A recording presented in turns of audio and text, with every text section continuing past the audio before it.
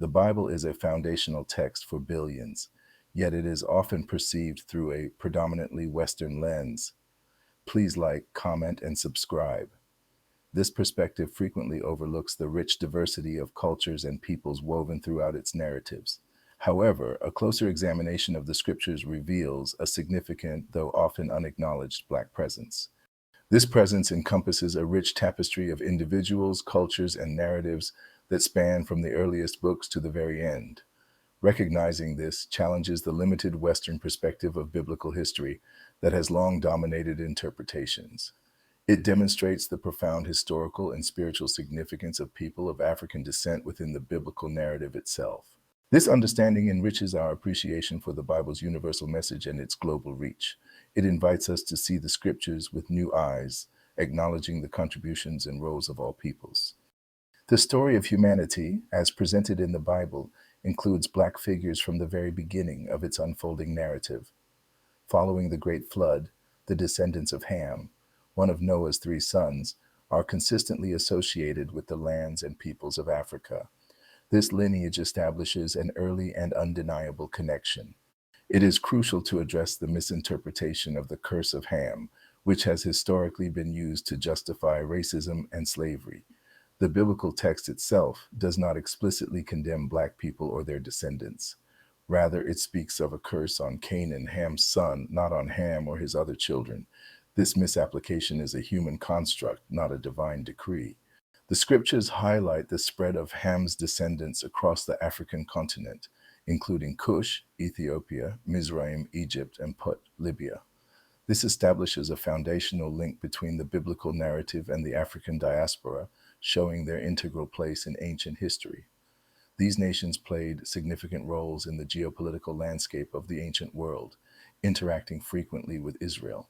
The Queen of Sheba stands as a powerful and celebrated ruler from the region of modern-day Ethiopia, a land often identified with ancient Cush. She is renowned in biblical accounts for her immense wisdom, wealth, and discerning spirit. Her famous visit to King Solomon in Jerusalem is a notable biblical event detailed in the books of Kings and Chronicles. This encounter highlights the existence of sophisticated and influential civilizations that flourished in Africa during ancient times. It also demonstrates significant diplomatic relations and cultural exchange between African kingdoms and the ancient Israelites. The Queen's journey signifies a mutual respect and intellectual curiosity that transcended geographical boundaries. Furthermore, the prophet Moses, a central figure in Israelite history, married a Cushite woman named Zipporah. This union is explicitly mentioned in the Book of Numbers, sparking a controversy among Moses' siblings, Aaron and Miriam.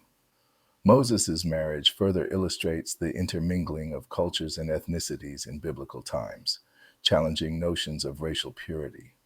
It underscores the diverse fabric of early Israelite society and its connections to African peoples.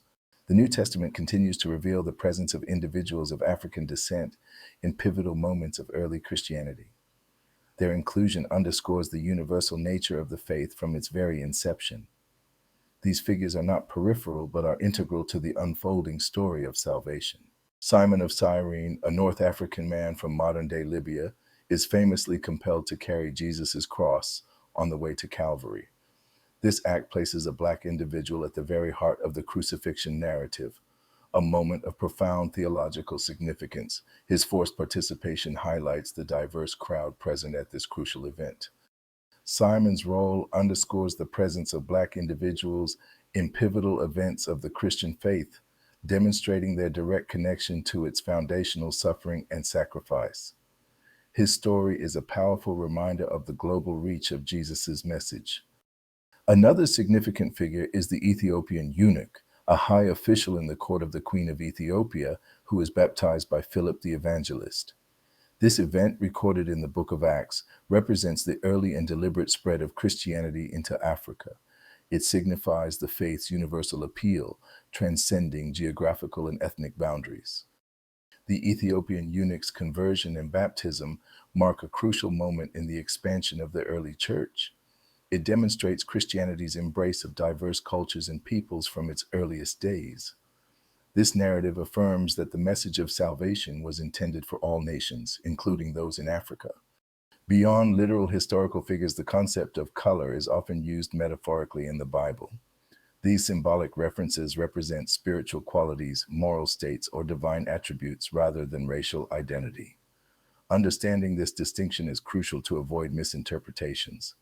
For instance, the Song of Solomon celebrates the beauty of the dark or black bride, who declares, "I am black, but comely." This passage challenges any inherent negative connotation often associated with darkness in other contexts. It portrays her beauty and desirability without reservation. This celebration of dark skin in a positive light directly challenges the notion that darkness is inherently negative or inferior. It highlights a cultural appreciation for diverse appearances within the biblical world. The passage emphasizes that beauty is not confined to a single standard. The Bible's use of color symbolism is complex and multifaceted, often reflecting spiritual truths. It encourages us to look beyond superficial interpretations and grasp the deeper meanings intended by the text. Recognizing the Black presence in the Bible is crucial for several profound reasons that extend beyond historical accuracy. Firstly, it directly challenges the historical erasure of Black people from religious narratives, which has often been perpetuated through art, scholarship, and popular culture. This acknowledgement corrects a long-standing oversight. Secondly, it promotes a more inclusive and accurate understanding of biblical history, revealing the diverse tapestry of humanity that shaped its events. This broader perspective enriches our collective appreciation for the scriptures. It dismantles narrow, ethnocentric interpretations that have limited the Bible's universal appeal. Thirdly, this recognition provides a powerful source of empowerment for Black communities worldwide.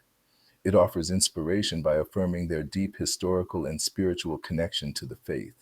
It counters narratives of exclusion and marginalization. It affirms their integral place within the broader story of salvation, demonstrating that their ancestors were present and active participants in God's unfolding plan. This connection fosters a sense of belonging and spiritual heritage. Ultimately, acknowledging this presence profoundly enriches our understanding of the Bible as a whole. It reveals the Bible's universal message of love, justice, and redemption, which is truly for all people.